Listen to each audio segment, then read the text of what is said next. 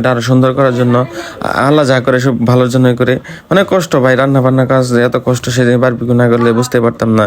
Because দীর্ঘ 50 minute কষ্ট করার পর বারবিকিউর চেহারাটা এমন হয়েছে দেখেন, আপনারা দেখতেই পারতেছেন। এখন নামানোর পালা, তাই আমি একটা একটা করে সবগুলো নামিয়ে ফেললাম যেন দ্রুত পরিবেশন করতে পারি। যাই হোক, যা হয়েছে আলহামদুলিল্লাহ মাশাআল্লাহ খুব সুন্দর হয়েছে।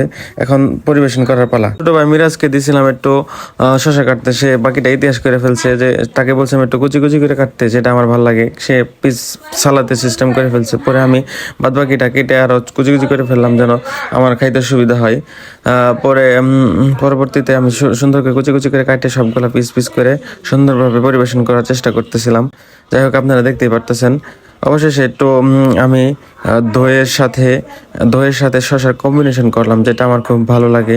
তাই দইয়ের সাথে শসা ভালো করে নাড়াচাড়া করে মিক্সড করে খাওয়ার উপযুক্ত করে নিলাম, যেন আমার কাছে ভালো লাগে, খুব ভালো লাগে। আর হ্যাঁ, যাদের দইয়ের সাথে শসার কম্বিনেশন বমি আসতেছে তারা অবশ্যই বমি টমি করেন না, কারণ বমি আসলে আবার আমি খাইতে পারবো না। যাই হোক, বমি টমি করেন না। যাই হয়েছে আলহামদুলিল্লাহ মাশাআল্লাহ। এখন আমি খাওয়ার পরিবেশন করলাম।